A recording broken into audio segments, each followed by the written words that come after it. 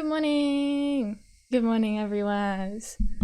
Hope everyone is good. I'm Waz. And, it's Higurashi. Yeah, we'll get into it. After yesterday's stream, I was like thinking about the Mother's Diary, stuff that we read in the tips.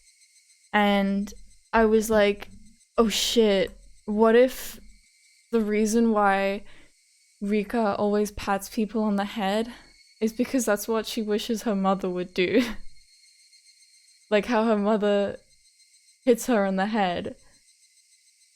But Rika pats people when like she pities them. And it's like, oh no. I should probably look back through the tips because now we know that they're from Rika's perspective. Maybe I could have a quick look now. No, I won't. But that's, yeah. Poor fucking kid. Honestly. But yeah, let's continue. So last time Akasaka, well, not escape, but we were at the clinic and like, you know, recovering from our injuries. And then we're like, oh shit, I'm gonna use the phone here and I'm gonna call my wife who's gonna give birth and I'm gonna let her know that, you know, I'm gonna be home soon. But then the phone cord was cut and so he's like, fuck, we're gonna find another one. And like someone at the hospital's like, oh, well, you can just use like one of the ones like that we use. And he's like, oh, but that's embarrassing. I'm gonna go to one that's at like a cigarette shop. And then that one was cut as well. And so he's like, oh no. And then he finds a payphone somewhere. And it's like that's like cut as well. And he runs into Rika. And they go to the Watanagashi. Yeah. But the Watanagashi at this point is pretty much just a bit of a gathering for like the adults in the Onigafuchi Guardians. It's not really the festival that we know it as. And Rika's like, yeah, like the dam project is like gonna be stopped or something like that. And she's like, I know like these people are gonna die and then like I'm gonna die as well. Stuff like that. So she kind of like foretold the future. So that's weird. And also I had been operating under the assumption that this year that we are experiencing is the one where the dam site, like construction foreman guy was murdered, but it's actually the year after this one. So yeah, alright, let's continue. Yahoo! We also, oh my god, it was an accident that happened in such a small village that anyone could forget. One day, after the tragedy had come to a close, just as the scars had begun to heal, a young man thinks nostalgically of the little girl he once met.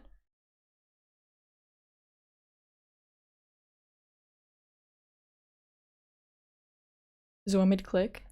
It does. The words he couldn't ask that day, the promise he couldn't fulfill that day, those regrets and lamentations opened the fate that was sealed and become a single hope.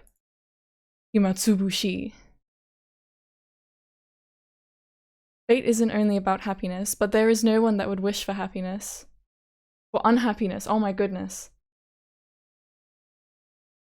Midsummer 1985. Is this the year? Okay, hold on, thinking zone, here we go. Nope,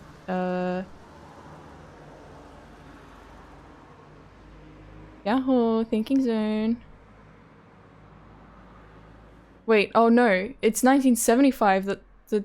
Okay, this is, we're back to when, like the very start of this where he's like, he was reflecting on what had happened. Wait. It said 1985. It did. And then it...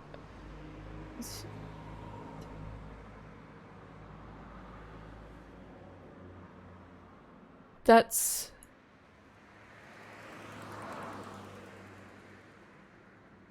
Okay, so year 2 was 1980, year 3 1981, year 4 1982, year 5 1983, which is Keiichi, when we Keiichi stuff.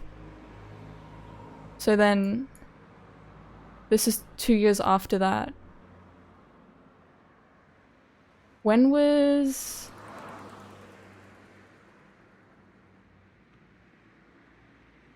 I'm going to my notes.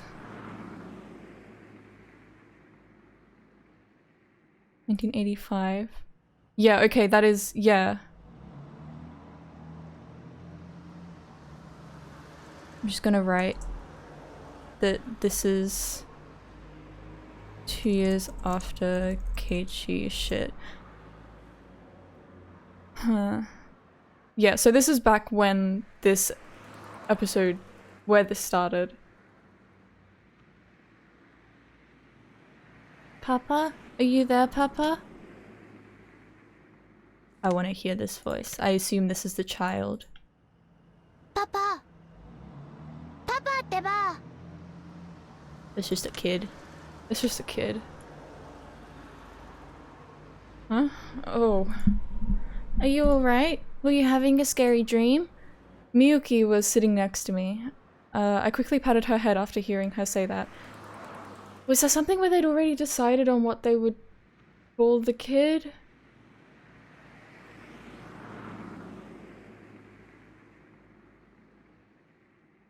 Like they were gonna call the kid like something like Mamoru? Cause isn't that Akasaka's name? Maybe I'm stupid, but Yukie was the mother's name. I'm assuming a lot. Anyways, let's go. I must have had a bad dream while sleeping in the cabin. I was sweating profusely. No, it's nothing. I guess it's a little hot in here. I tried to wipe away the sweat while answering, and looked around for a handkerchief or towel. So, it was 1978 he was there, so this kid would be 7, yeah? I tried to wipe away the sweat while answering and looked around for a handkerchief or towel, and then a cold drop ran down my forehead. Miyuki turned to me and smiled, then wiped my face with the towel she received at takeoff. Thanks, Miyuki. Of course. Thanks to her, I was finally able to shake off my slumber, so I got up from the aisle seat and looked out the window. I wrapped my arms around Miyuki in the window seat and listened to the noise as the land and sea blew past us before our eyes. Is Yukie there? Is she staying home? Or is she fucking dead? Wow, it's Hokkaido! Hokkaido is so big! And then the plane gently turned before entering the airport runway. Wait, where were we? Is that where Oishi's mother lived and now he lives? I'm sorry, I'm checking my notes a lot.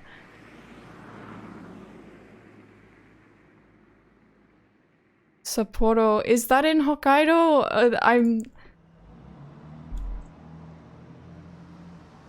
No, that,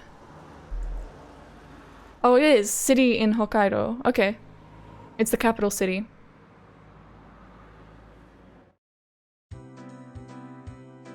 Arriving at the lobby, I glanced around, looking for Oishi, and was met with a familiar gruff voice calling out to me. Akasaka-san! How many years has it been? It's been a while, hasn't it? Oishi-san, it really has been a long time. Oishi clapped his hand down on my shoulder, celebrating our reunion. Akasaka-san, you're looking pretty good. You look like a bona fide frontline investigator now. You're looking quite dapper yourself. Your posture seems a lot better. No, it doesn't. Is the ballroom dancing paying off? Foo. You should give it a try while you're still young. You'll be a hit with the ladies, a real babe magnet. Foo. She'd retired and moved to Sapporo, and of all things, had started taking ballroom dancing lessons. Is this the story being like, look, Oishi's a nice guy, he's a good guy, he's a fun guy. He'd apparently gotten really into it and had decided to spend the rest of his new life devoted to that hobby. He was aiming to get his instructor's qualifications before he hit 80 and live out his old age dandily. Oh, foo, who might this be? Oishi suddenly turned his attention to Miyuki, who was standing idly next to me. He bent down on his knee to look her in the face. However, my daughter was frightened and hid behind my back. Come on, Miyuki. Please introduce yourself properly. Oh my god! A baby! Oh, but I want to see her sprite! But I didn't... That's not Oishi! That's not Oishi! She was staring at Oishi with a dubious expression while tugging at the hem of my shirt. She's usually not this shy, I wonder what's wrong. Sorry about that. She's usually not like this. Oh no, it's no problem. This old man just had a scary face. If you don't mind, could you tell me your name? I'm Miyuki Akasaka. I'm 7 years old. Nice to meet you. Great, that was a good introduction. I'd expect no less from Akasaka-san's daughter. Oishi gently stroked Miyuki's head and smiled as though she were his own grandchild. After finally seeing that, Miyuki smiled in relief. Shortly afterwards, Miyuki told me that she was just doing what I had told her to do. Be careful around strangers. Oishi overheard that and let out a hearty wah, shaking his body while laughing and walking. Just picturing him like shimmying. I let myself into Oishi's car and we headed out towards the Hot Spring Inn. I had originally intended to crash at Oishi's place, but Oishi was quite obstinate that his home wasn't suitable for that, so it came to this. At the inn, we relaxed while soaking in the hot springs, and then ate a delicious feast until we were full. Miyuki had a little of the Mongolian barbecue and was delighted with it. After our bellies were swollen, Miyuki grew sleepy and went off to bed. Then Oishi and I reminisced about the time we played mahjong together in Hinamizawa. It seemed that to celebrate our reunion, Oishi had looked for people who could play, but unable to find a suitable candidate, we had to give up on putting together a table. As we drank together, we excitedly recounted our exploits during the final manhunt. Did they end up catching those two guys? I'm gonna go back to original. Oh my fucking- get your hand out of there! Get your hand out of there! Ew! Ew! Ew! What the fuck? Ew! It really does look like he's got huge naturals. Holy shit. Oh my god. I've been scarred. Nope. Oh, I don't want to look. Oh no, everywhere I look there's 3 of him on my screens. I can't escape him. And when I close my eyes, he's there. He's burned into my retinas. Oh god, Jesus Christ. I'm like shielding my eyes. I need a drink of tea. Holy fuck. Oh, it doesn't get any better.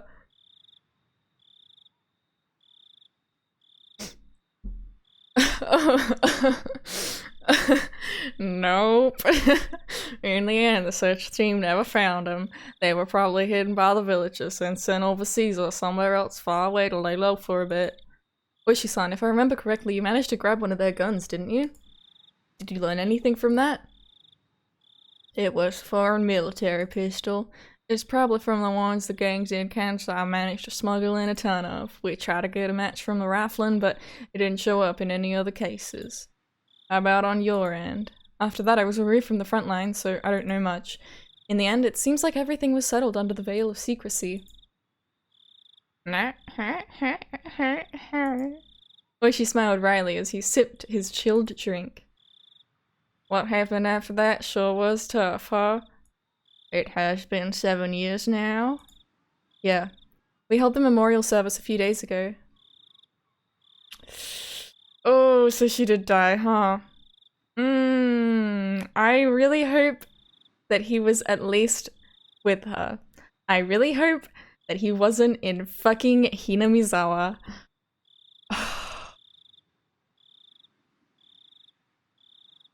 Yeah, we held the memorial service a few days ago. I've become estranged with my father-in-law lately, so it was rough getting everything ready. That must have been a lot of work. It was then the hostess brought in extra drinks that we had ordered before.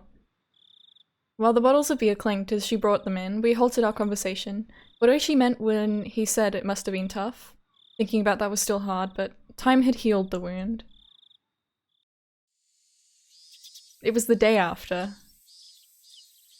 When I phoned Oishi to apologize. When I did, Oishi almost immediately handed the phone to one of my colleagues, who happened to be there. Not only was I injured in the brawl with the suspects, but I'd disappeared to drink late into the night without leaving any sort of contact information, so I thought he'd definitely be mad. However, all he said was that it was something he couldn't talk about over the phone, and that I should come to the station as soon as possible. Fucking hell. Like, okay... It's not his fault. He was going to do his job, and Yukie was like, yeah, you should go. Like, I want you to go. I don't want you to be held back by me.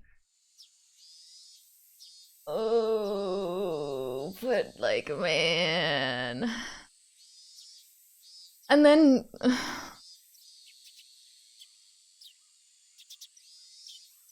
to like...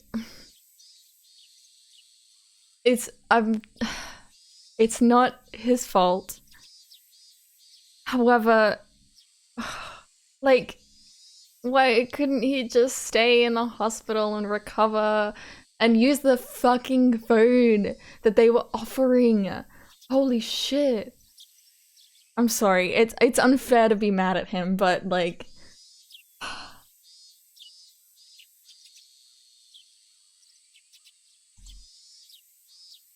At the time, I could only think that he must have been really pissed off. But when I arrived at the station, he said this. It seems your wife was involved in an accident. Having no idea what happened, I borrowed the phone to contact the hospital Yukie was staying at. After being given the runaround several times, I was finally able to talk to someone in charge, and after mincing words for quite some time, they told me, an accident? Yukie Akasaka died in an accident. An accident? The world became a blur as I sat there dumbfounded. Yukie's death was unbelievably abrupt, unbelievably sudden. I could have understood if there was some kind of problem during the birth. Yeah, that's where I went. Like, immediately. But Yukie's death wasn't anything like that. On the stairs on the way up to the roof, she just happened to slip and fall. Dude, it's Oyashiro-sama's curse, dude. Dog. And she just happened to fall on an unfortunate place at an unfortunate angle. That was it. Wanting to blame Yukie's death on somebody, I began to think it was an act of revenge by the Guardians, that they killed my wife and made it look like an accident. What I learned when I flew back to Tokyo, however, was much more cruel than that. Yukie had a habit of going up to the roof to cool off in the evening. There was an elevator up to the 7th floor, but from there you had to take the stairs to get to the roof. Even late in her pregnancy, when the evening came, she would always head up there. Her father had always said for her not to push herself, but Yukie insisted that until the time she had no choice but to stay in bed, she should be allowed to do as she wished. However, I had never once seen Yukie go up to the roof. I only heard that from her father and the nurses. That was because whenever I visited her, she would spend that time with me instead. Oh... Oh, buddy. Oh, God. I heard the reason why Yukie went up to the roof from a nurse she had become friendly with. She had said that her husband was away on business a lot of the time, and that whenever he called, she was able to cheer him up and give him courage. But when he didn't call, she couldn't do that. Her husband might put on a show of bravado, but in reality, he grew lonesome pathetically fast. She was probably just the same. Whenever he left for business, not clear when he'd be back, she felt very lonely. Whenever she cheered him up, she was actually cheering herself up as well. That's why, whenever he went far away for an important job, on the evenings he didn't call, At the very least, she felt that standing underneath the same sky, her feelings would reach him. At that moment, I remembered the words that girl had told me, that it was best I go back to Tokyo right away, otherwise there would be something I'd regret horribly. Yes, that's it. Because I was away on business that day, Yukie had headed up to the roof. Listen, I'm just saying, you know, the name of the file of this Rika penguin art that I've got, it is literally the all-knowing beast.png, because I think that she is the all-knowing beast. She knows everything. She's all-seeing, all-knowing. She's too powerful.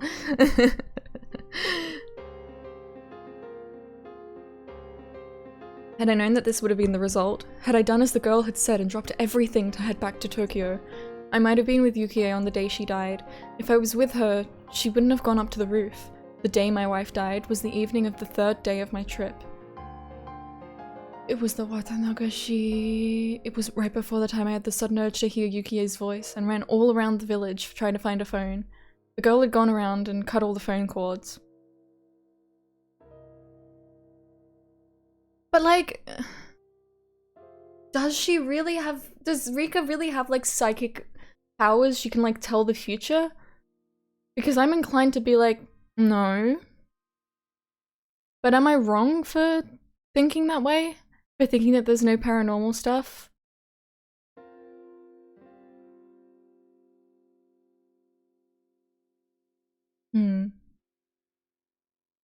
If she hadn't, and I had made that call, I would have undoubtedly learned of Yukie's death at that time and collapsed in tears. Of course, even though the cords were cut, it had only put me off learning of Yukie's death by that one evening. In the end, I had learned of it the next morning. However, when I managed to put my emotions in order, I realized it was that girl's small token of consideration. That's the first I've heard about that. Like, was it really like the Onigafuchi Guardians did something? I feel like... because I feel like Rika, she gets information, like she hears things from these meetings that she goes to, and on that night it would have been, you know, she was present at the Watanagashi because it was happening like where she lives. And so like maybe she heard some information and she's like, I gotta do something about this. And I feel like that's also what's happened with her, like giving him warnings and shit. She's trying to do something in her own way.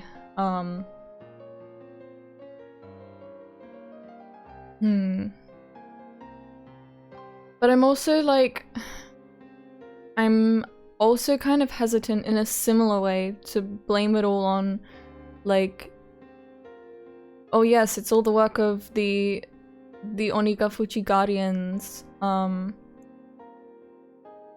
but like I don't want to just blame it on like a boogeyman, you know?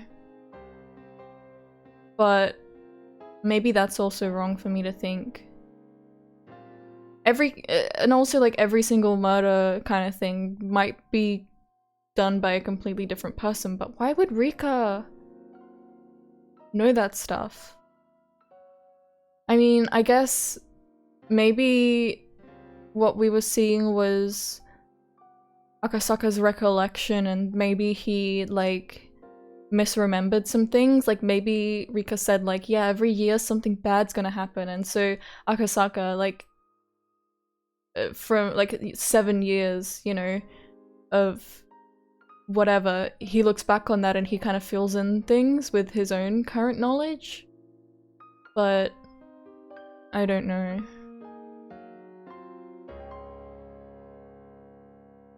That's the first I've ever heard about that. Yeah, it's the first time I've talked about it. This is not a moment, Oishi. Could it have been a coincidence? She doesn't have any special powers or anything. Aren't you the one who told me, Oishi-san? That she might be the reincarnation of the god called Oyashiro-sama. Is she dead right now, or is she alive? Megadoogles, what's up? Good to see ya.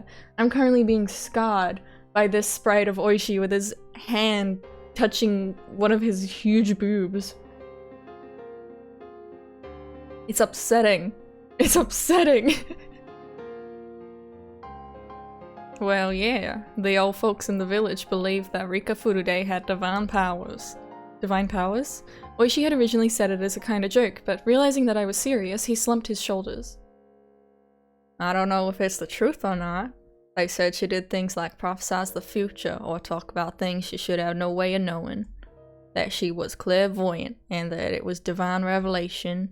Well, all sorts of things. Of course, they could give specific examples, though. She prophesied Yukie's accident. Or she tried to laugh it off, but out of respect to my deceased wife, he kept it restrained. Does that mean an active and capable investigator from the Metropolitan Police Department believes in divine powers and curses? I mean, she didn't say, Akasaka, your wife Yukie is going to die. She just kind of said, like, if you don't go back to Tokyo, you're gonna regret it. That could mean anything. I don't know. Like, you're gonna regret not being there when your wife gives birth. I don't know. Having him say that so bluntly, I couldn't respond. Of course, I had no intention of believing such odd things, but you can only say that because he didn't know what I did.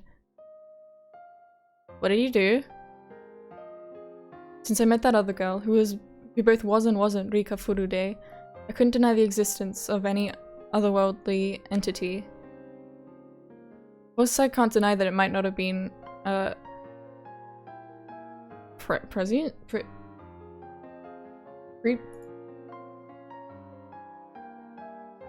Text-to-speech jump scare. Prescience. Prescience. The fact of knowing something in advance, foreknowledge. Okay, I probably know that word, but I've just, yeah.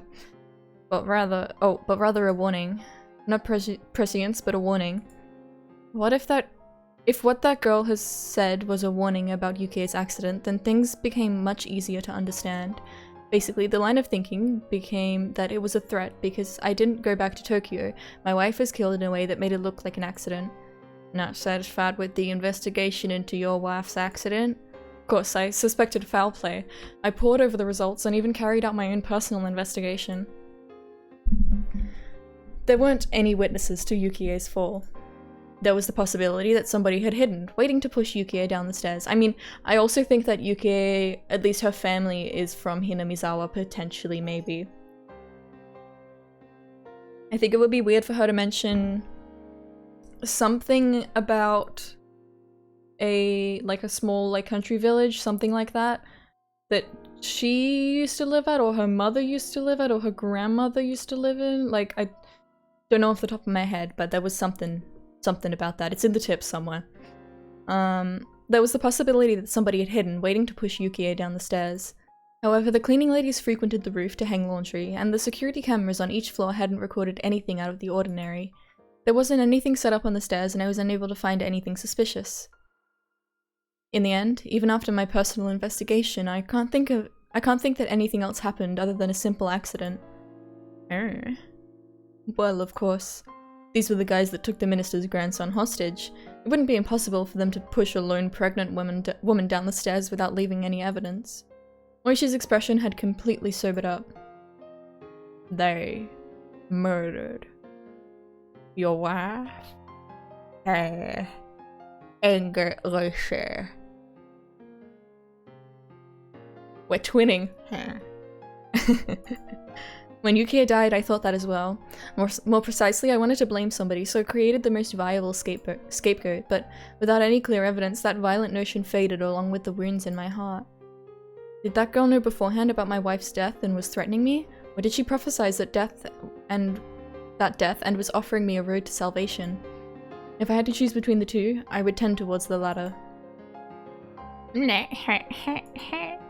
Oishi smiled slightly in disbelief as he poured more beer from his bottle.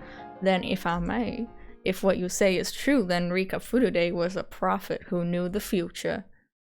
If so, why didn't she predict that disaster? Are you talking about the volcanic gas eruption? Is that a canon event? Happens every time?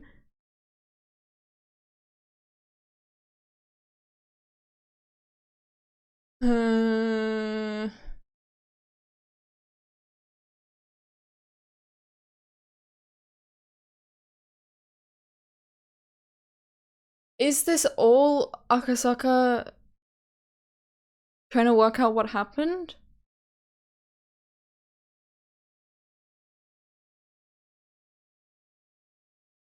Yeah, we keep going, keep going. You said that right as I'm drinking tea? If she knew that the gas eruption was gonna happen, why did she remain silent? Fucking hell. What the fuck?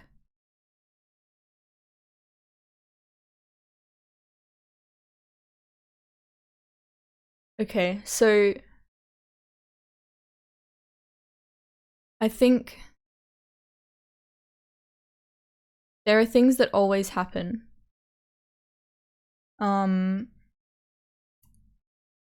Obviously Tomitake dying, that's one. We know that for sure. That happens every time without fail.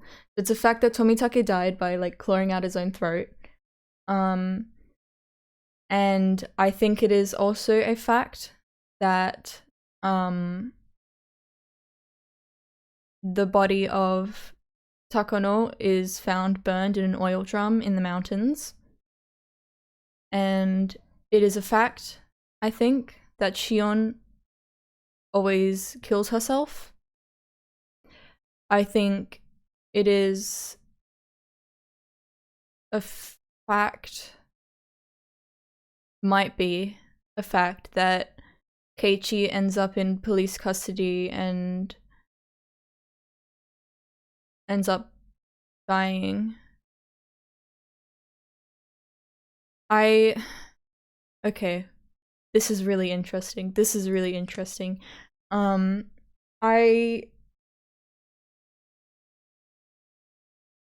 then like the other stuff can be like, there's some different possibilities maybe.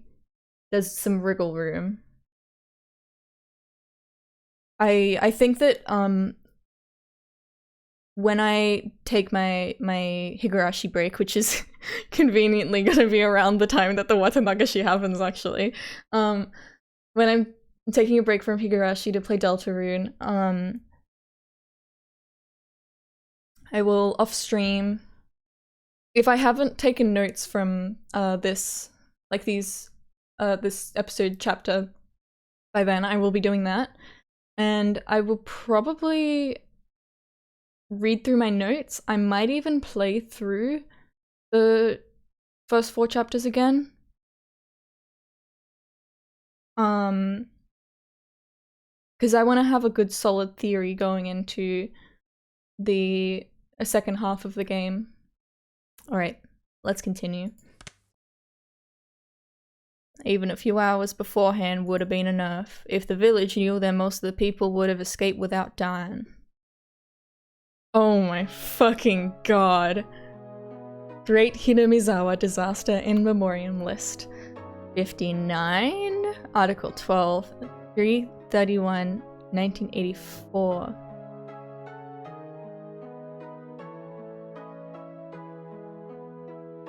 Huh? Wait. Okay, it was near the end of June 1983. Okay, that's... yeah. That's right. I guess maybe like 1984, that's when they were, like, they got everything together about what happened to all the victims, maybe.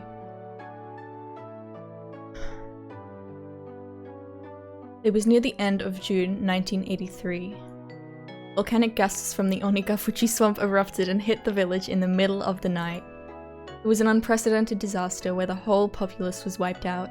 It caused a wave of panic about volcanic gas across the country, causing people to overreact over any reports of odd smells. I hadn't heard of the blockade on the Hinamizawa area being lifted, so it should still be cordoned off. That's... It was my turn to be lost for a response. Well, if Rika Furude, the reincarnation of Oyashiro-sama, was killed, then the village might have incurred the God's wrath. The Goth's wrath. Goth's wrath, dude. The God's wrath, making him call forth the miasma from the swamp to kill everyone. That explanation is what the survivors are whispering about. Sorry, Oishi-san. Did you just say she was killed? Yeah. Well, I don't think it would be a problem if I told you.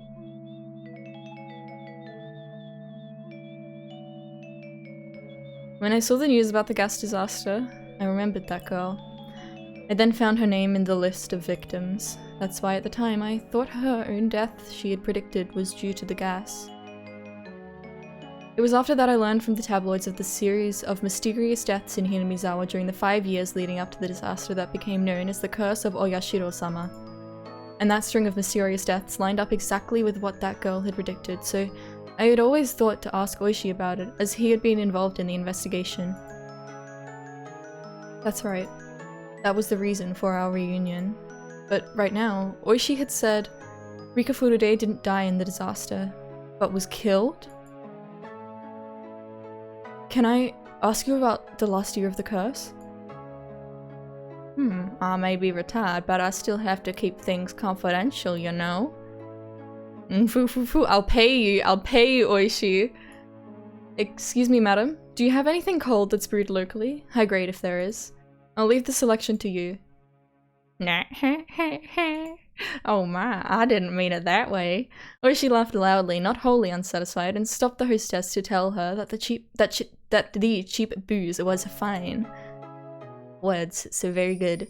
I know as much as was written in those magazines, but I don't know anything about the curse that happened the year of the disaster. Are we gonna get another retelling of what happened now? Holy fucking shit, dog. Because the entire area around Hinamizawa was sealed off, you see. There wasn't much of an investigation that could be done on the last year of the curse. Even if after several years the quarantine is lifted, the villagers are mostly dead.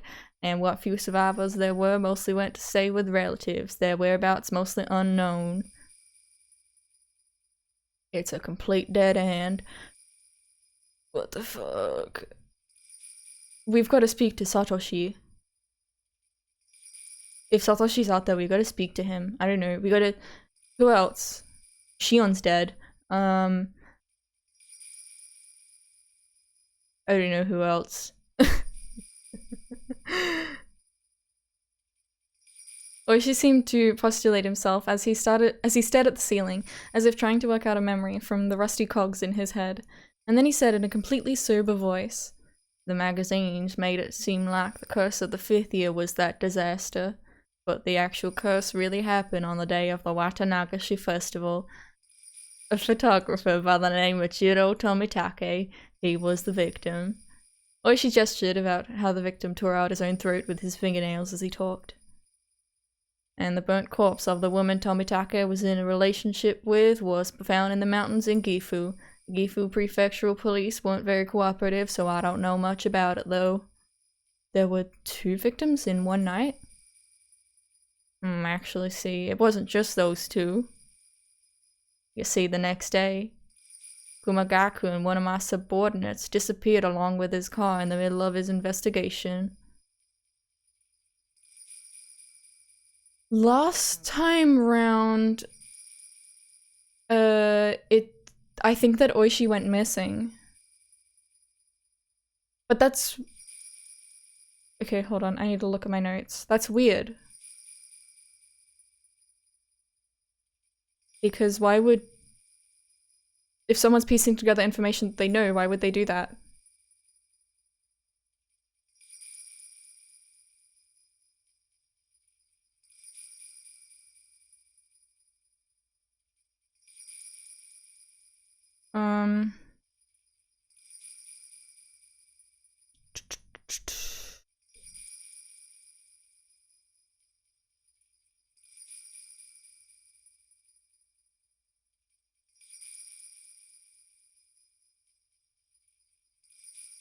Kuraudo Oishi went missing during an investigation on 6/20/1983. Investigation continues.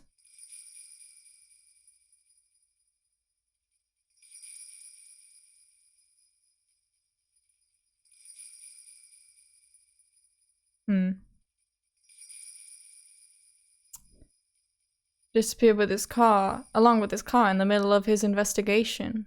Kumagai was a younger detective that was going to be partnered with Oishi after we first met. He was going around the village to question people about the incident with Tomitake. He might have gotten caught up in something. If he was with me, he might have been safe. Even now, it still stings. That day, for some reason, I did a real number on my stomach. Had to pass on going round outside. He got too close to the truth and was made to disappear? That's what I think. Kuma-chan was young and had a promising future ahead of him, but he still didn't have enough experience on the scene. He wasn't used to dealing with any complications. Oishi lamented the fact that he wasn't with his subordinate that day. And then the next day, see, you know him as well, Akasaka-san. You know, Dr. Irie. You remember him? That young doctor from the hospital? I vaguely remember. For whatever reason, he committed suicide with sleeping pills. No suicide note or anything. The autopsy confirmed that it was the sleeping pills. Nothing was in doubt except for the motive. It isn't that hard to make it look like somebody died from taking sleeping pills, is it? Any possibility it was a murder? He was single, no prior marriages. Didn't seem like he was going out with anybody in particular. He was the coach of the local junior baseball team and was on good terms with the villagers. He was liked by everybody. I couldn't find anybody who would want to do him harm. Well, any chances to investigate were ruined by the disaster, though. There's no way to find out anything about him now. I'm thinking about the first episode where Keiichi left that note behind his clock. If they didn't end up investigating, then how did they find that note?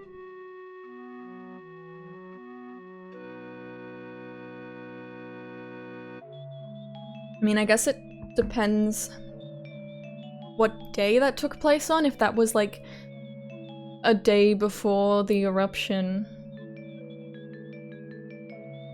I'll have to look into that. Then, what about Rika Furude's death? It was that day, around noon, some of the old folks who were visiting the shrine discovered the corpse of Rika Furude. Murder? Before we continue, you should probably stop eating that squid soul man. That bad? Oishi nodded firmly. The corpse was found on the shrine grounds next to the donation box, although she was probably killed somewhere else. Somewhere else? That's because while she was completely naked, there wasn't any dirt on the soles of her feet. Any sign it was some sort of sexual assault? According to the autopsy, there wasn't any indication of that. What we know is that she was rendered unconscious by some sort of drug, carried to that place, then had her abdomen slashed wide open. Her organs were deliberately removed and scattered about. That's like, that's deliberately, that's the watanagashi. That's like tearing out the organs. Unconscious. Then she wasn't cut open after her death? That's...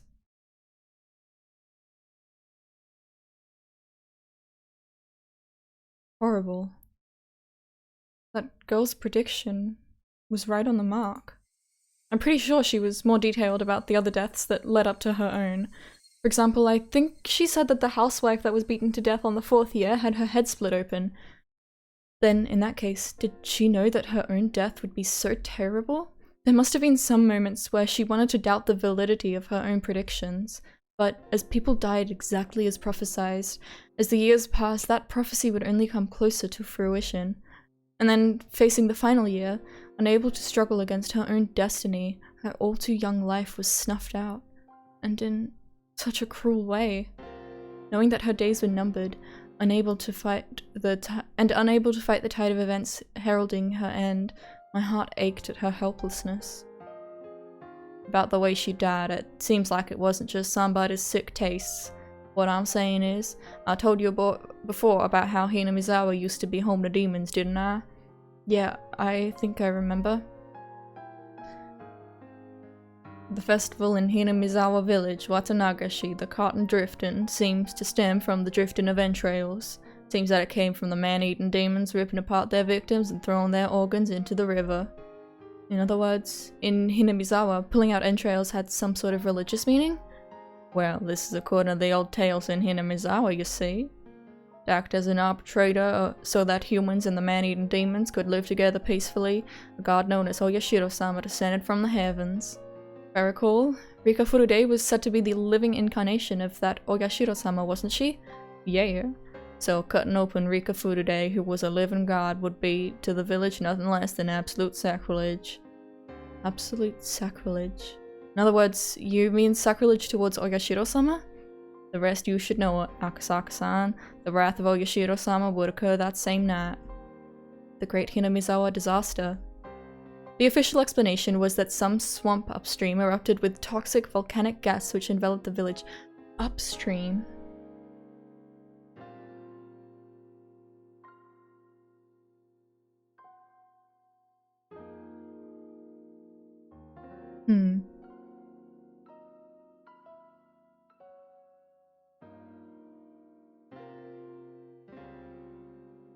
I'm thinking about how... because I think that there is something with the way that things flow. That's so vague, but like with the body that was found at the start of last episode, that drifted in from somewhere. And I think that there could be something with Teppei Hojo and how he was killed and the irrigation channels. I sound fucking insane. Man.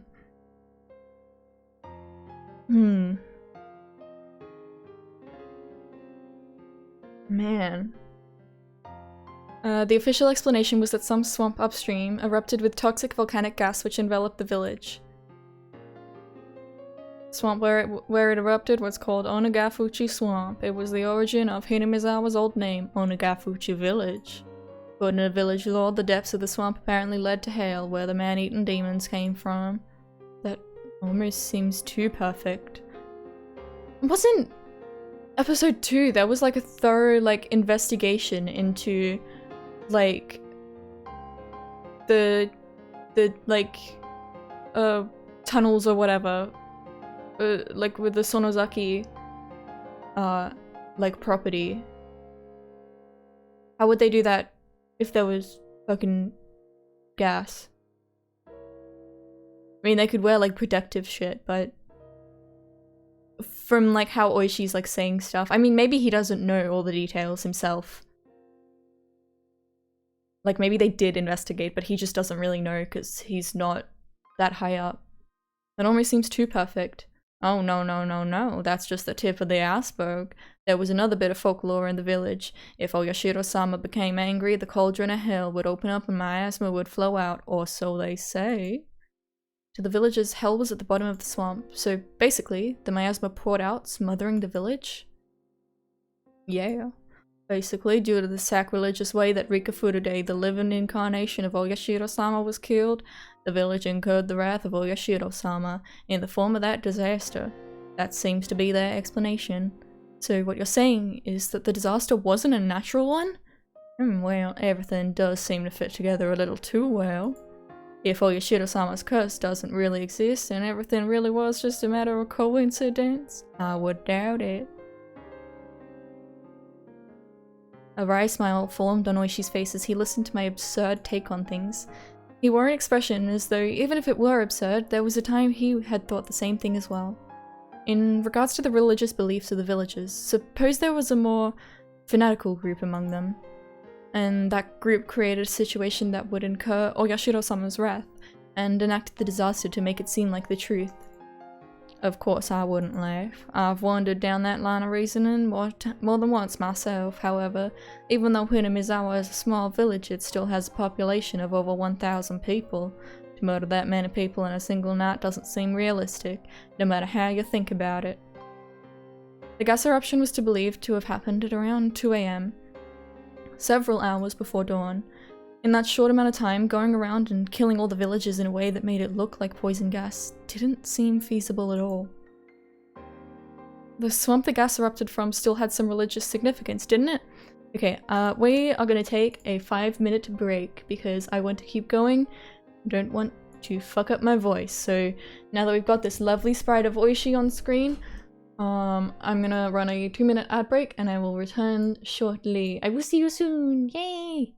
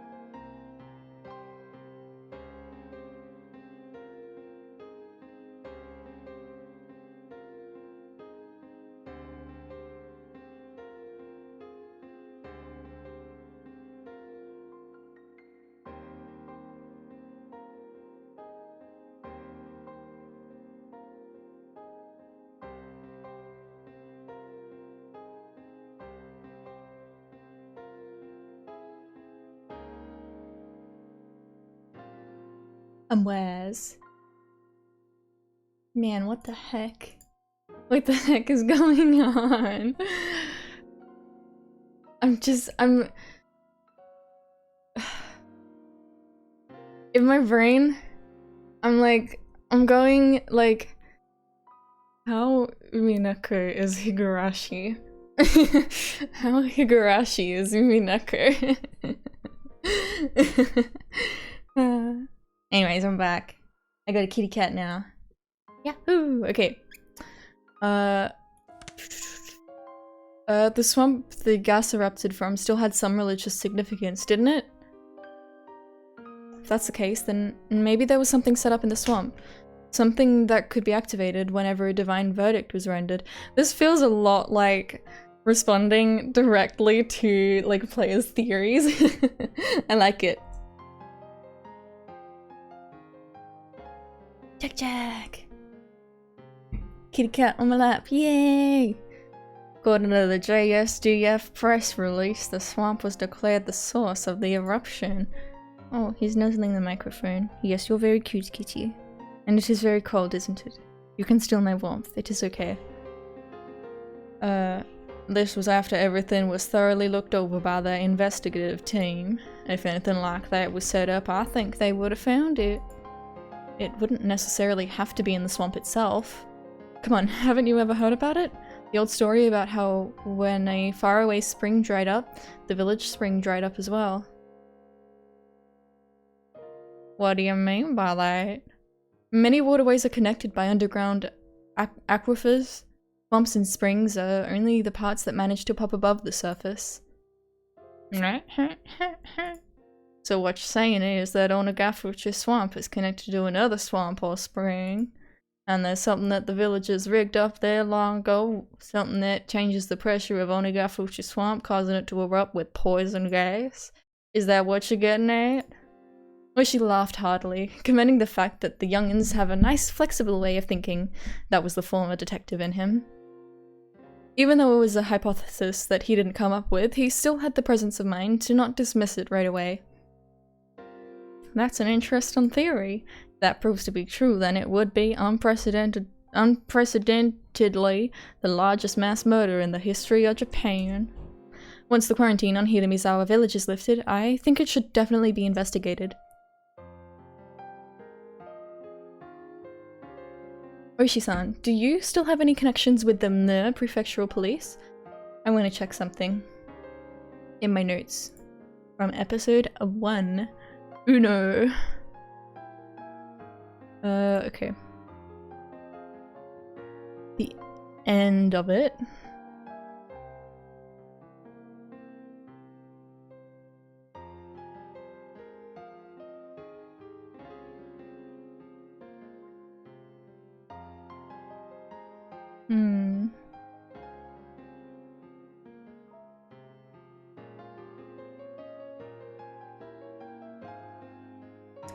Okay, so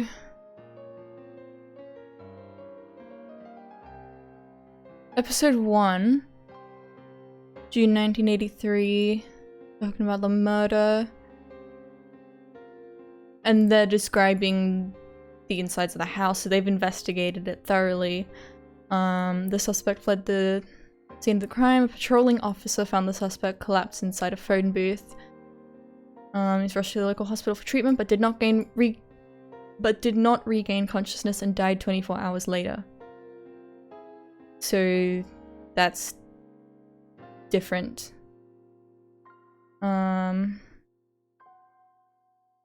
He's like clawed out his throat.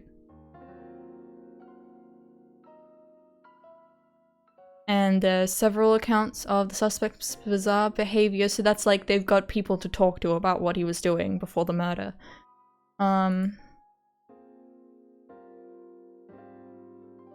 Afterwards, a note was found. The following year, suspicion arose regarding the nature of the note.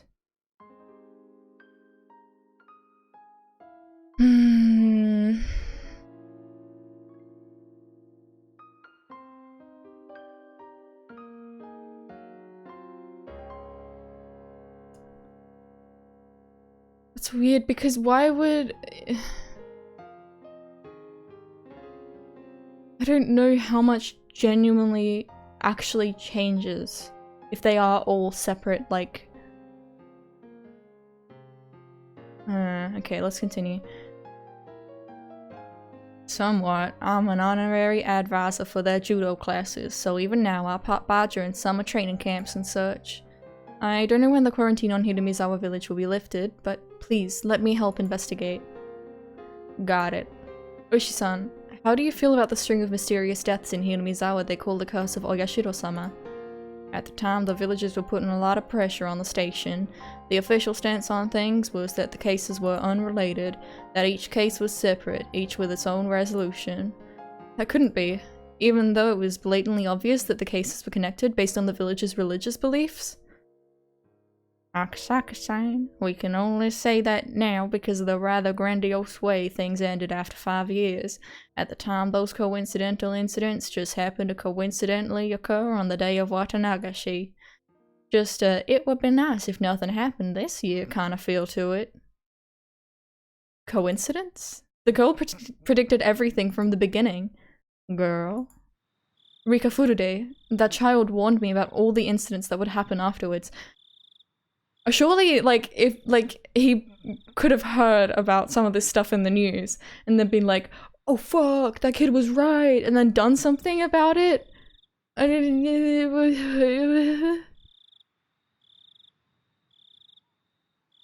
Akasaka-san, is that true? Yes. The girl said as much, that the next year the damn foreman would be killed and his corpse dismembered. Not only that, she warned me of all the events that would transpire in the following years.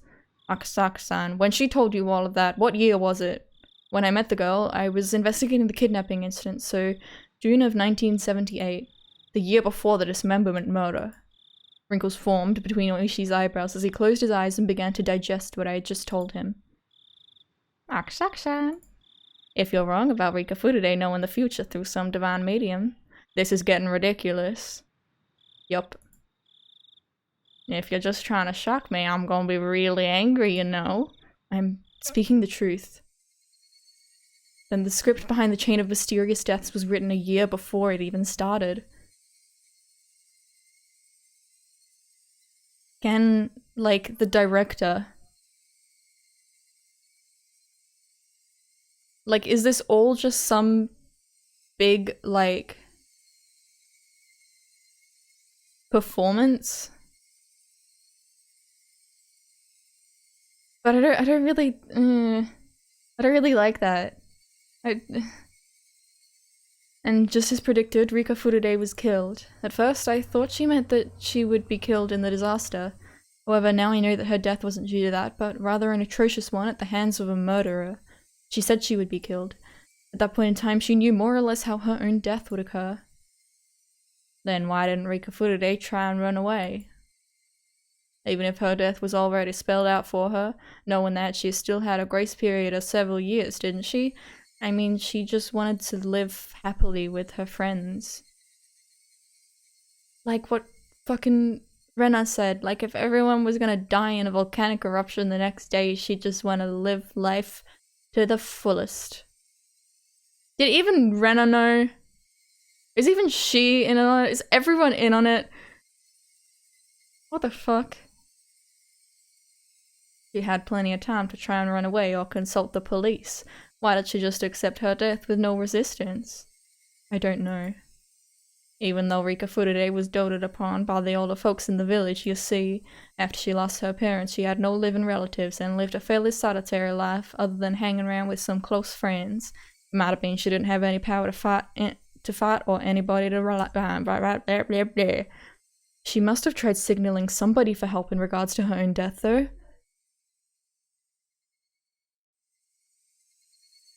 You know very well that the village and the police weren't very amicable with one another, Akasaka-san.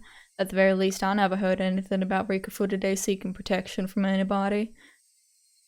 Wasn't it said that, like, every year, Oishi, like, hangs around with the people who are gonna die? Who are gonna be the curse? What else do you know, Oishi? Or it could be that she simply resigned herself to being a religious sacrifice. It could have been something like that. There's no way that was the case. I spoke decisively. At that time, she said it. She had definitely said that she wanted to live happily, that she wanted to spend her time surrounded by her dear friends. She hadn't given up on life. She had hoped to keep on living, but to me that's like, she's like, yeah, I'm gonna live happily up till that day, you know? At that moment, I became dumbstruck. What's the matter? Akasaka-san? No, it's nothing. I fell into silence. Oishi folded his arms and began murmuring in contemplation again. Eventually, he stood up and headed towards the hallway to find the hostess, yelling that he wanted a pen and paper. When Oishi, noisy even though he was just thinking, left, the room immediately fell into a chilled silence. I stood up. It was then that I realized I was drunk enough to be unsteady on my feet. When I slid open the window, a beautiful yet somehow ephemeral moon drifted across the night sky. It was just now that I realized he hadn't accepted her own death. She wanted to keep living, happily and joyously. She had said that quite clearly to me, but I was a fool. I hadn't been asked explicitly, so I hadn't realized it. She'd made it clear as day that she didn't want to die. Wasn't that her cry for help? She didn't say as much that she wanted help, but even given that, it wasn't as though she wasn't looking for salvation. She tried to reach out to an outsider. Without any family and unable to trust the police. Brisket, what's up? Good to see ya. Hope you're doing well.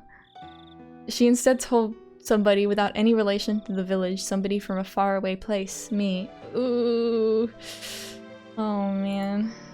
Help me. She'd gone around and cut the phone cords. If I had made that phone call and learned of Yukie's death, I probably would have fallen into despair. If I was in that state, even if she was looking for help, her cries would have fallen on deaf ears. That's why, knowing everything, she had cut the phone cords. She wanted even a little time to seek help from me. Oishi, just before now, had lamented that one of the younger officers gotten mixed up in a case, having been erased because he wasn't there. I was feeling the same way. If only I was there in June of 1983. I could have protected her. In 1983, it would have been 5 years since the kidnapping took place. While raising the only daughter Yuki had left me, putting all my youth and passion into my work, honing my wits and courage, wrestling with difficult cases, nothing like my failings during the kidnapping incident would have occurred. I wouldn't have been slow to react in a one-on-one fight, and by that point I'd jumped into foreign mafia-run gambling parlors where I'd learned to deal with automatic weapons, let alone handguns. I had grown so much that in 1983 I couldn't have been even compared to how I was in 1978. That's why, if I was by her side, I should have been able to save her life. No matter what conspiracy or foul plots drew near, I definitely would have protected her. She, even though sounding resigned, should have still been able to ask me for help. I just didn't realize it. I couldn't realize it. Just as I wouldn't have realized if I was told of Yukie's accident, I wasn't able to realize it. I wanted to cry. If I had taken her words to heart, I would have prevented Yukie's accident, and I would have been able to protect the girl to whom I owed a debt from even a predetermined death. She must have been expecting that from me. I learned about the disaster while watching television in my house. Until I learned about that, I had forgotten about Hinamizawa. In order to recover from the shock of Yukie's death, I had tried to remove everything about the place from my memory. What an ungrateful fool I was. Even though in exchange for saving her, the girl had told me of a way to save Yukie, I was unable to accept her gratitude, and now here we were. She hadn't died in her sleep due to a natural disaster. She was split open while still alive, killed while suffering the disgrace of having her organs torn out. She must have known beforehand that on that day, on that year, she would be killed in such a terrifying way. But even knowing what end awaited her, she was all too weak. A lone girl, without anybody to rely upon, unable to seek help, had to swallow her own predetermined death and left this mortal coil. She said she wanted to live. She said she just wanted to live happily, That's all she wanted. She didn't ask for anything extravagant. For any person that was ever born, it was the very basest of desires. She never said a peep about wanting money or that she wished she was in somebody else's situation. She had said it, that if all deaths were preordained, then hers was probably also all according to plan. She might have been a lone, frail girl, but I don't think she would have accepted it all without at least putting up a fight. There must have been, in some small way, some form of resistance that she mustered, and with what she could muster, seeking my help was part of that. God damn it. I howled. I stomped the floor. Why did I become a police officer in the first place? How could I call myself an officer if I couldn't save a single girl from the misfortune that was awaiting her? Was it because there was so much going on at the time that I couldn't process the fact that she was asking for help? Yeah, that's right. I was still green. If I was in that situation now, I would have definitely been able to help her, but it was already all over.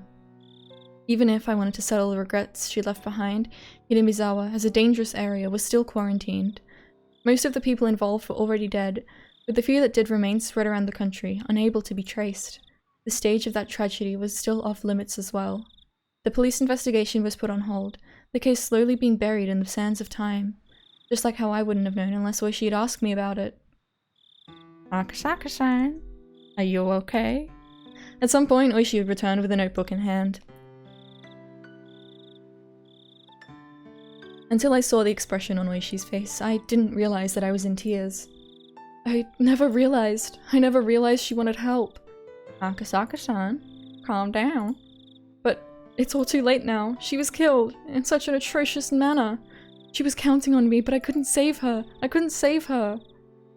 I might also be at fault for not building up an amicable relationship with the village. If Rika Furude had told me about it, I might have been able to extend a helping hand. I wasn't able to build up enough trust for that. That's something I regret. You piece of shit. You would have just, used her to figure out what was going on. You wouldn't have actually fucking saved her. I know you, Oishi. I know you. When Oishi said the word trust, it weighed on me even more. Yes, she'd given me her trust. She trusted me, meaning that she thought that I would have been able to ward off the fate of her foreseen death. She believed in that. I cried. I fell to my hands and knees as I began to bawl. Eventually, Oishi spoke quietly. Akasaka-san, does it upset you? What do you think? What do you think, Oishi? It does. Then, there's only one way worth mentioning for Rika Furude to have her revenge. Is there really? Is there a way to do that? Oishi showed me the pen and notebook. In order to properly mourn the death of Rika Furude, we have to at least find out the truth. Truth. Yes, and not just Rika Furude. Lots of people died. Their lament must be immeasurable, but their deaths were left unsettled because of the disaster, and now we can't even investigate them as their memory fades into oblivion. And so we're gonna write a bunch of stories, basically fan fiction, about what happened, and we're gonna have a bunch of different possibilities, and there's gonna be some weird moments. I think I want to include a character that's he's like a real pervert, but about eating sweets and cakes and stuff. I also want to make it so that Irie has a weird thing about maids and is a bit creepy towards young boys as well. You know, I got a lot of things I want to include. Many people died. The old man was killed, Kuma-chan was erased, everybody was a victim, but the police can't even investigate it. Who's gonna take care of their part and regrets? Only we can. Akasaka-san. We find the truth. Yeah. We'll find it. I've been around every one of the string of mysterious deaths to know all of the inner workings of the village. You were told an important truth the year before they happened by Rika Furude. We can do it! But they're already dead. Ooh. That's right. Rika Furude died. You were too inexperienced, so you couldn't save her. Where? But it's not too late to write fanfiction, Akasaka-san. You have to discover the wonder of fanfiction about actual real-life people who died and were murdered. When she grabbed me, who was a wreck, and lifted me firmly by the lapels. That's why. To atone for that, we reveal the truth. If what you say is true, then all the incidents were part of some greater design. If that's the case, then how we investigate needs to change completely. I intend to spend tonight summarizing all the information you and I have, and then get in contact with one of my former subordinates first thing in the morning. We're not gonna let the case go cold. We're definitely gonna crack it wide open. Crack it open. Crack it open! We will. Several years have passed, but it's not beyond the statute of limitations. Even if the case has been postponed, it's not closed. It's still going. We're gonna keep it going. Yeah, you're right. Let's do it, Oishi-san. I won't let it end like this. I'm certain. We will uncover the truth. We absolutely will. I demonstrated my resolve to Oishi by crying out those words, and just then... Papa? The sliding door behind me opened, and Miyuki revealed herself while sleepily rubbing her eyes. My shouting must have awakened her. Then she rushed over to me. What's wrong, Papa? Papa, why are you crying? Oh, it's nothing, Miyuki. It's nothing. I tried hard to smile while wiping away my tears, and though Miyuki looked like she was about to cry herself, she extended her little hand to me. She's patting him on the head. Fuck you! Are you alright? Did you have another scary dream? Don't cry, Papa. And when she makes that gesture toward me, I saw the figure of another girl overlapping with her, and her innocent gaze and innocent expression felt frustratingly nostalgic, filling me with painful torment. She's even got the purple eyes, man. A girl who couldn't be here because I didn't reach out to her. She borrowed my daughter's body to offer me words of comfort. Akasaka, please don't cry. It might be a hallucination. Maybe a convenient illusion formed from my selfish dreams. However, that was her voice. I'm certain I heard it. Rather than blaming me for my mistake, she was compassionate. Why am I crying? After all, I have something more important to do than crying. Miyuki, before you were born, Papa met a girl in Hinamizawa who was like an angel. An angel? Really? Yeah, she was cute and kind. I wanted her to meet you, Miyuki. Right, that's already an impossible wish. That future is already gone, so I'm gonna write fanfiction where Miyuki also attends the school in Hinamizawa and is best friends with Rika. Hey, then I wouldn't be friends with that girl. Huh? I'm looking forward to it. Next time you go, take me with you to Hinamizawa. Even so, there's still something I can do. Of course, we'll meet her together someday. I'm sure of it. Yep. Someday, I'm sure, we will see her again. That summer, the Higurashi cried in Hinamizawa. Oishi and I vowed to bring the truth of the case to light, and stood up. Everything ended in 1985. I, at least, wanting to apologize, had searched for her grave. After the state autopsy, her remains were entrusted to one of the shrine's followers. In the future, when the quarantine on the Hinamizawa area was lifted, they would be returned to her family grave. However, unsure who exactly took the remains of Rika Furude, until today I couldn't even apologize to her. In the future, when the quarantine on Hinamizawa is lifted, when the Higurashi cry, all I could do then was wait until whoever that person is returned to the grave. What I could do right now was not apologize to her. Instead, until I was able to meet her again, I would reveal the truth and dispel her regrets. Even now, sporadic eruptions of gas in the Hinamizawa area meant that the prospect of the quarantine being lifted wasn't happening anytime soon. Most likely, it seemed that she had no intention of meeting me again until I found the truth. That's why the quarantine wouldn't be lifted, or so I thought, until the day I grasped the truth. It was the following year. Oishi and I co-authored a book on the string of mysterious deaths leading up to the great Hinamizawa disaster. I decided on the title, Higurashi When They Cry. Fuck off entirely!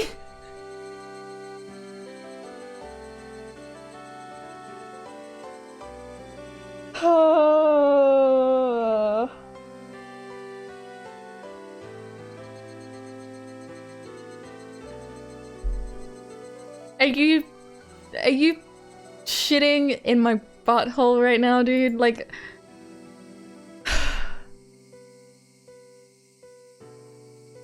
That was because, for those few days I was in Hinamizawa, the sound that I remembered the most was the cry of the Higurashi. I could only wish that based on this book, those people involved with that incident could refresh their memories and bring to light a new truth, and more importantly, that nothing like this ever happens again. I wrote this in the afterword. Why did this tragedy happen? We can't reach the truth by ourselves.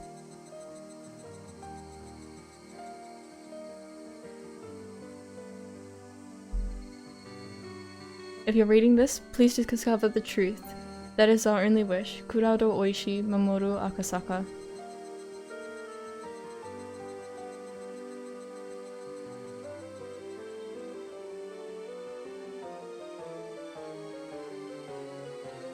This year, the quarantine on Hinamisawa still hasn't been lifted. Higurashi when they cry. That's not it, right?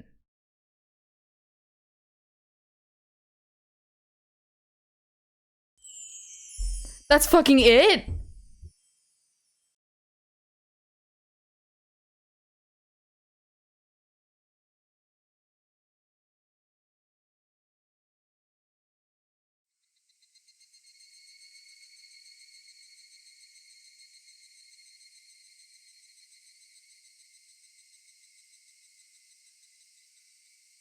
Are you shitting me?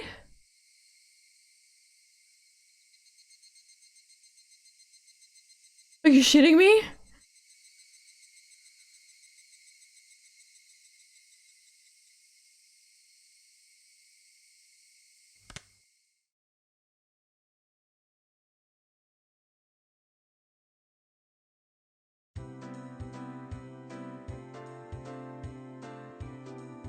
Are you shitting me? Thank you very much for playing Higurashi when they cry Himatsubushi. Mfufufu. Mfufu.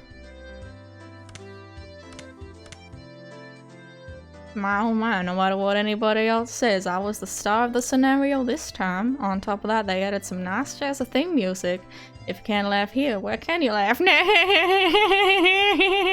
the fuck?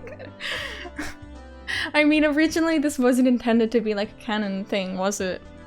But then they were like, yeah, no, actually you should read this. What the fuck?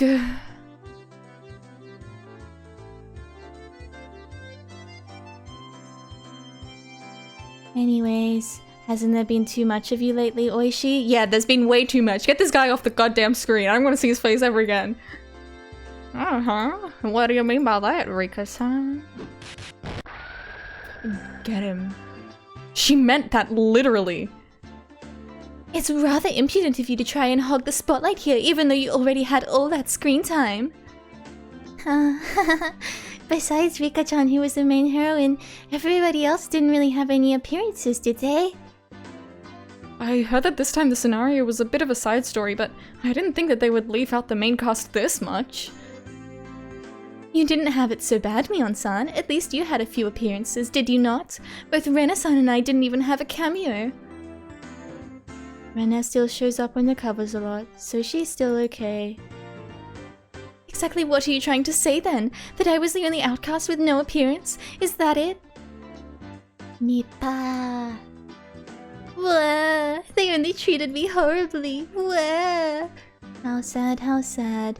They'll probably just keep treating you worse and worse until you finally drop down to a supporting role. Wah, that's just too much. That's not true. There's lots of people who like Satoko-chan. They won't treat you that horribly, okay? I don't like being treated like this. I think you'll probably have a lot of appearances next time. Next time. But cheer up, okay? But I'd heard that this scenario was supposed to be somewhat of a bonus story, but is it really? I think that things kind of got complicated. The story was difficult for me to understand. Yeah. What I found the hardest to believe was that the year before the string of mysterious deaths, Rika-chan already knew about them. Which means all the incidents were part of someone's scenario. That's a pretty important piece of information. It's probably because I'm a shrine maiden, so I knew the future from Oyashiro-sama's divine revelations. For somebody like me who believes in the theory that it was the work of human culprits, I'd like to deny that. Maybe Rika, like, predicted that, but, like, and then someone was like, oh, well, because Rika believes that, I have to do it in this way. Like, Rika's predictions weren't predictions, but then someone made them into the truth.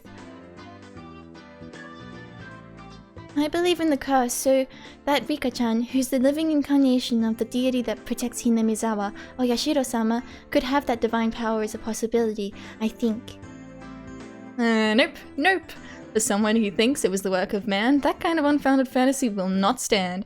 All the incidents were caused by people. There's no curse or magic or aimbots or cheat codes. It would be wonderful if I could use magic, though. If it's Rika-chan, I could go along with that. Well, for the people who believe it was the work of humans, the ending was a big revelation. From the first incident until Rika-chan was killed in the Great Disaster, everything was scripted. Knowing that it's all one big incident vastly increases the amount of material you can hypothesize with. I think that the prophecy is proof in itself that Rika-chan has some divine power. In other words, it's proof that there's some mysterious power at work in Hinamizawa. I think it's proof that the incidents weren't the work of humans alone. The inside of my head is so muddled I don't know what's going on. Oh, that's right. More importantly, that expression that Rika-chan was wearing this time. That was super scary, wasn't it? Meep. Yeah, I was surprised too. I never thought that cute little Rika-chan would laugh like that. Hey, just for a little bit. Could you show us that face one more time? I don't want to. I don't want her to do that outside the story. My ears! Okay, which one is it? This one? First try. Good to see you, Shadax. I'm fucking insane. I'm going crazy right now. This is it's a really short episode. We're in the all cast review session. It does happen. I'm crazy. I'm losing it. And I have no ears. I'm losing my ears. I've reduced brain power because my ears are gone. What is this? A blackout? Nobody move. Any weird movements and you'll come face to face with synchronized Gatling guns, multiple homing missiles, and be cut up by laser sabers for the finisher. Satoko, what's the meaning of this? Oh, we'll now be starting the after party for everybody who didn't have an appearance this time. Is Keiichi gonna show up? It'd be really cool if he had a sprite. Oh, Thanks for that wonderful introduction. Hello again, everybody. I didn't think that I'd have an appearance here of all places. I'm delighted though. Satoko-chan, thank you. Oh, hello everybody. Yeah? Oh my, didn't I warn you not to move? Ryuku-san, are you okay? Hojo-san, you didn't have to go this far. Oh, the grudge of somebody not making an appearance is a terrible thing. Satoko had lots of appearances in the main scenario. The grudge of somebody not making an appearance, damn it. When was she able to set this many traps? Maybe that when this place was selected as the venue for the after party, at that point my traps were already set. Oh, Oh, I know. There's somebody behind you pulling the strings. There is, isn't there? Come out. Hello, my sister. How are you doing? Hello, it's Shi-chan. Hello. Yeah? I feel sorry for her falling for the same trap twice. I thought it was you, Shion. Even though you get to be the main character for a scenario, this is how you behave? Now you've gone and done it. Even if it is only the bonus scene before the answer arcs, I can't let my sister have all the appearances. I'm not that generous, you know. Well, in any case, I just let Satoko start a little something. Shion, what is it that you want? Let's just say I'm securing myself the little safety buffer. The other day, for some reason, you were steadily getting more votes in the popularity poll. Yep. In the first half of the Watanagashi chapter, there are a lot of people getting infatuated with Mi-chan. When your malicious side made its appearance, all the players finally started noticing my charm. Satoko also earned a good reputation during the Tatarigoroshi arc. Rena and Rika-chan have a strong baseline of support. Your popularity has long since faded away. That's why I thought I'd take the time now to crush you and Satoko, who've been getting too many votes for my comfort, so I came up with this elaborate plan. This is a great fourth wall break section. Yeah, that's a, like, what fourth wall break? Popularity polls, here we go. Huh? Shion-san, what did you say just now? You're going to crush me as well? You're a little slow to notice, aren't you, shorty? Here you go. What?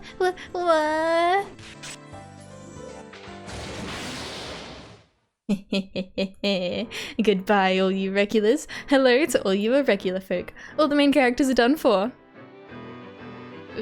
Shion-chan, you don't have to go that far, probably. Now, Jiro-san. It's interesting, so just let it be. The number of appearances for the both of us is going to go up, you know. Jiro-san. Do you not like being by my side? That's not true. Chie-sensei, did Shi-chan pay you off too? I'm sorry, Ryugu-san.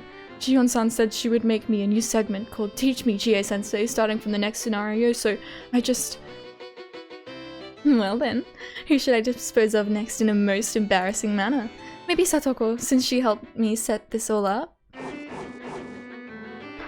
I won't allow that. Is this Keiichi? Hey, yeah. Oh, that's Irie.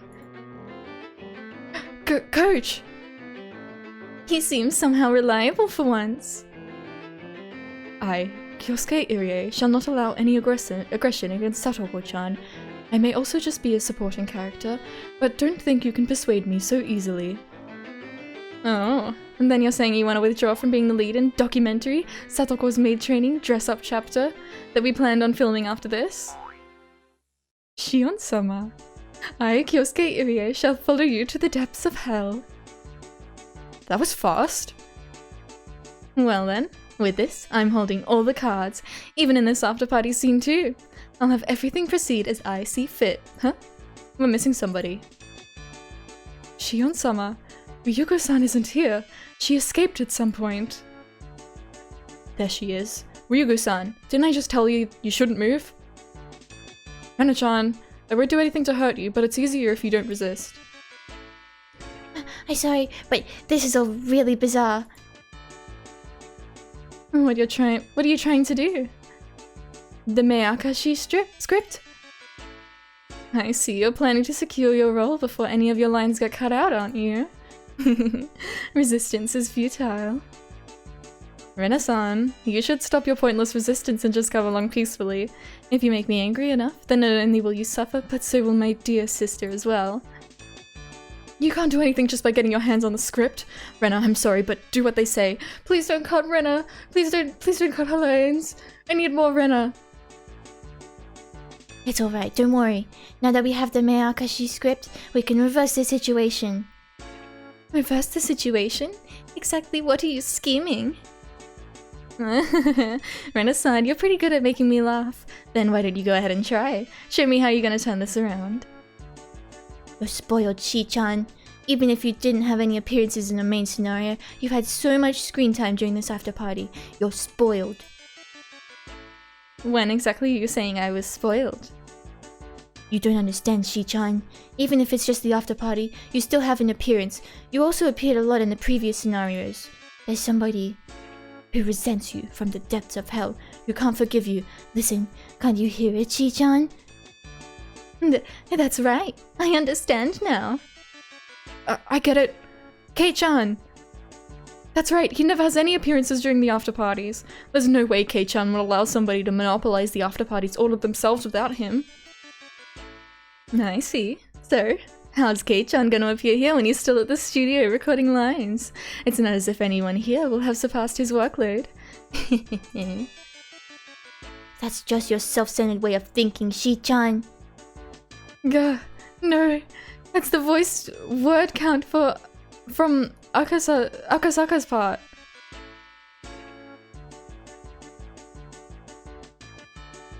Chie-sensei, hold Rena-chan back.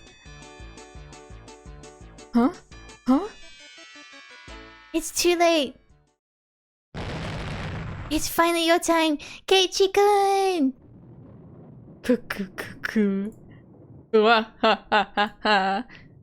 That voice is Kei-chan? No way, he's still supposed to be recording lines at the studio. Is he gonna get a sprite? Oh my goodness. You're right. I was until just now. Every time I get left at the studio, I get told you can join the after party if you beat someone on the remaining word count. But I always have 2 to 3 times the script volume of the other characters, making it impossible. It's like the sound director doesn't want to let me join the party from the get-go. At least that's what I had thought. But finally, someone overtook me. A certain character. Shion, feast your eyes on this. Huh? Gah? That's right. Now she's appearing in more scenes as the main character. Shion has to speak twice the lines she's had so far. And since Shion and Mion have the same VA cast, that's double again. As a result, I've finally been excused from staying back. Meaning, Shion, it's your turn to be left behind. No way. I have to speak this much for Mayakashi? Let's see. Kei-chan has about 500 and Shion has over 2,700? That's like the total for all the characters together in a normal adventure game. Further adding on Mion's lines makes a total of... Wah, I don't want to know. So with that, Renna, you have my thanks. When even the moon abandons the land, it shrouds... When even the moon... It's like such a, meant to be a cool line and I'm just fumbling it. When even the moon abandons the land and shrouds it in true darkness. The demon lord of the darkest black, Keiji Mayabata, shall appear. I see, if it's like this, he can appear even if he doesn't have any character art. There's no character or background art, so it's really easy on the production staff. Shion, you act like you're the main character in a tragedy, but from my point of view, it's more like a comedy. It seems like you've gotten a little carried away. Every after party, always being the last in the studio, missing every after recording meal. Witness my anger, my grudge, and all of my sorrow. I shall instill it all upon you. It almost seems like Keiichi-kun is doing some sort of bad guy transformation sequence. This isn't some sort of transformation. I'll have you know, I've always been a demon lord. And as of right now, this world which is enveloped within true darkness shall dance upon the palm of my hand. Within this world of darkness, there are none who can oppose me. Keiichi-kun is kind of scary. Scary? The age of the frightening Higurashi has come to an end. From here on out begins the dawn of a perverted and cutesy Higurashi. What did you say? Mayabata-sama, bring me with you. You know it, coach. Then as a first step, I'm pretty sure that they mean something else. But I don't want to read that anyways. I don't want to.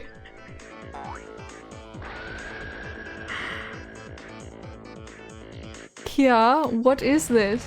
Takano-san is in a mini-skirt nurse outfit. And it's not some pink one like you'd find in a galge. He knows what he's doing. It's a proper pure and innocent white.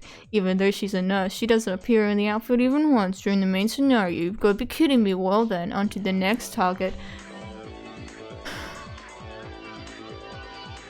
Do people, actually enjoy this? Genuine, I was thinking about this last night, actually. Do people actually enjoy these scenes in Higurashi? Is it does it get to these scenes people are like, oh my god, oh this is so good, oh my god. Does that happen? Is that a thing that people... Because I don't get it.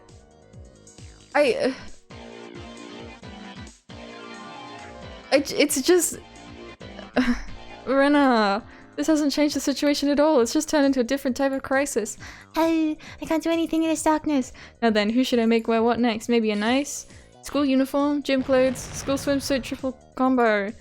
Mayabata-sama, you're the best. How about a bunny girl or Booth babe? Because you know a leotard could be good too. No wait, how about just making everybody hyper sexy? But of course leave the socks on. Whoa, that's a good idea. You know your stuff. Coach, I feel like we're finally seeing eye to eye here. Wait, Mayabata-san. No, okay. Call me Eri from now on. Call me Dr. Eri. Hey, you can't forget about us. Foo-foo. Tommy and Cloud are already on your side, okay? And foo-foo-foo. Tommy, Cloud, we're all finally here. The Elite Four have arrived. Finally. With Kei at their head, the evil Elite Four made their grand entrance. With the complete darkness, the demon lord of the darkest flare, Keiichi Maebara, was finally able to reach the surface world. His magical power was without equal. In this darkness, nobody could stand against him. All must bow. Will the heroines be unable to escape this darkness and be forced to submit to the will of the demon lord, forced to wear embarrassing outfit after embarrassing outfit, being used as life-size dress-up dolls for all eternity? That's great. More. By the way, the school swimsuits are the classic type, right? Jack checks in front of the screen. I won't forgive you if they're the competitive swimming style. Damn it, Shion. Thanks to you ended it up like this, so do something about it. It's alright, sis. Kei-chan isn't the only one who can unleash that true power amid the darkness. Huh? Did we have such convenient ally? Gahahaha. You're rather impertinent, Shion Sonozaki. Also, if you're expecting help from the principal, that's too bad. This is the ultimate desire of young men. If you call yourself a man, do your best. It's written on this nice little authorization slip here. Of course, you won't be able to rely on the newcomer Akasaka-san either. He's been on a private couple's hot spring vacation his wife's family set up for them since yesterday. In other words, all the bases are covered.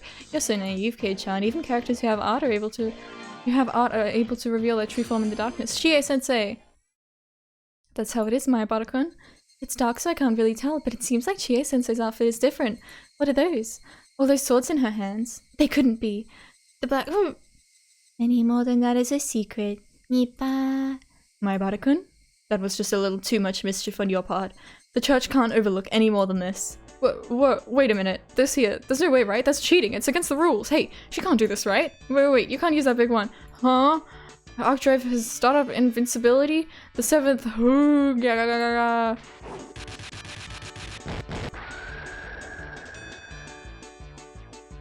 What the fuck?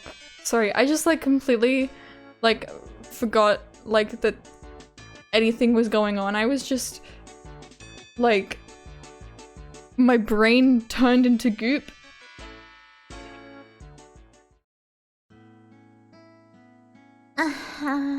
Hello again. Thank you very much for playing Higurashi When They Cry, Himatsubushi. I think you already know this, but Higurashi When They Cry is a type of visual novel without any choices. Therefore, compared to adventure-type visual novels with branching routes to take, it's much closer to the experience of a book or movie, Because of that, there is the opinion out there that this should not be called a game per se. If you're just watching it like a book or movie, Higurashi When They Cry isn't really a game, true. That's why, as you know, there are a lot of mysteries referenced during the course of the experience. When you challenge those, this work will become a proper game. All the players have the privilege of scrutinizing this mystery-packed story from all sorts of angles. For example, forming a theory about the mysteries during the course of the story, sharing them with your friends, and receiving their theories in return could be fun.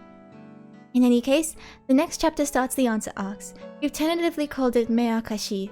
But answers are a sad thing. Based on what is revealed, all the possibilities that you were allowed to imagine until now will suddenly become refined down to a few. Based on that logic, we think that right here before the answer arcs is probably when people can enjoy this work we call Higurashi When They Cry the most. If by chance, while you're reading this, you already have the Meakashi chapter at hand, please enjoy hypothesizing, theorizing, and fantasizing to the fullest before you start. That's where the real charm of the series takes place. Sorry for saying something so impudent. There's nothing better we'd like than for you to enjoy Higurashi When They Cry. Well then, have a long and pleasant night.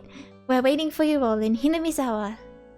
If you come and play with Rena, I'd love to go treasure hunting together.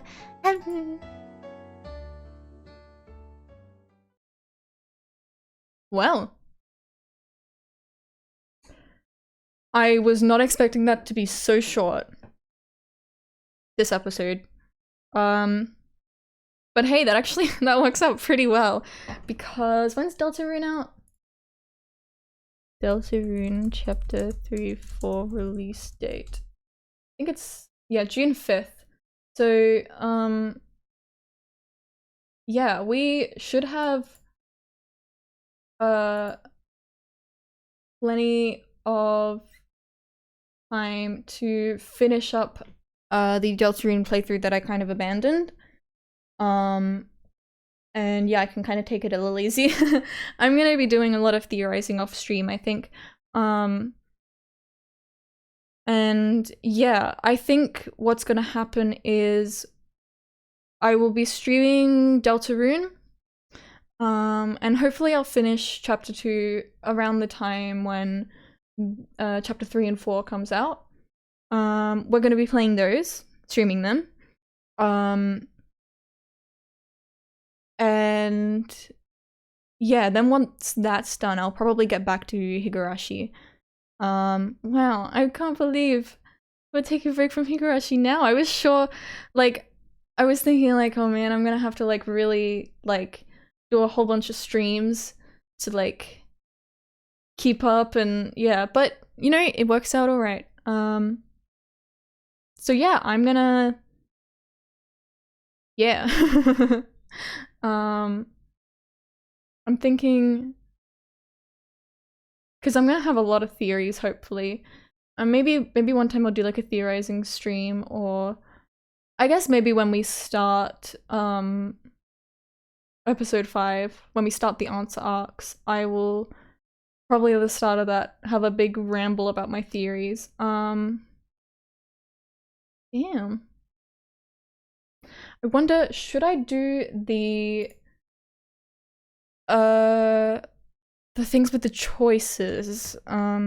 Higurashi, what is this called? Himatsubushi? Himatsubushi. Should I do choices?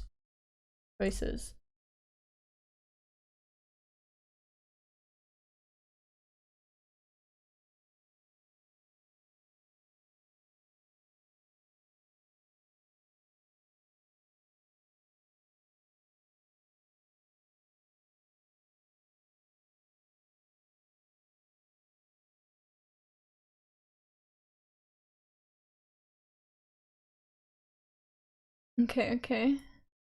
Console ports added a bunch of choices throughout the series, which kind of devalues that moment. Yeah, okay. So there's the thing with the oh man, my voice. My voice is ready to stop. Let's go back. There was the thing where we opened like one of the boxes. That was in the original and we did that. That was cool.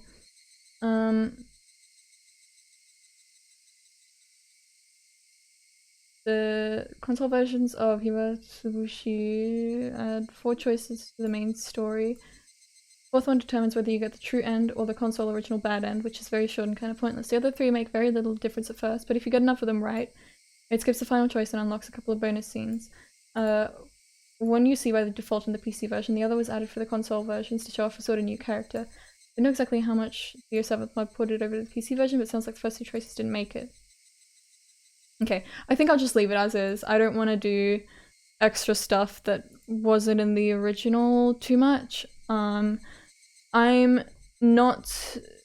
There's also the console arcs. I'm not going to play those. Because I suspect that it will give me a lot more information to work with. And I don't... like, there's the choice of doing it while you still don't know, like, the answers to things, and that would be like, oh my god, what's going on? I don't actually even know what happens in the console arcs. I don't want to know yet. But there is the chance that, yeah, with all that extra, I guess, like, data, I would be able to piece more together than I would with just the original stuff. And that feels, I don't know, feels kind of unfair. At least the way that I want to play it. So I'm not going to play those before the answer arcs. I plan on playing those probably off stream myself once I've finished Higurashi. Because otherwise we're just going to be streaming Higurashi forever. But yeah, thank you very much for coming to this stream, everywhere. Yeah, so I'm not going to be streaming tomorrow. Probably won't stream the next day. May or may not stream on Monday. We'll see. But the next stream will be Deltarune. So if you like Deltarune, great. If you don't, sorry. But Higurashi should be back. I don't know how long the new Deltarune chapters are going to be, but once they're done, Higurashi will be back. So yeah, thank you everyone. Hope you all have a very good day or night, and I'll see you in the next one. Bye bye. See ya.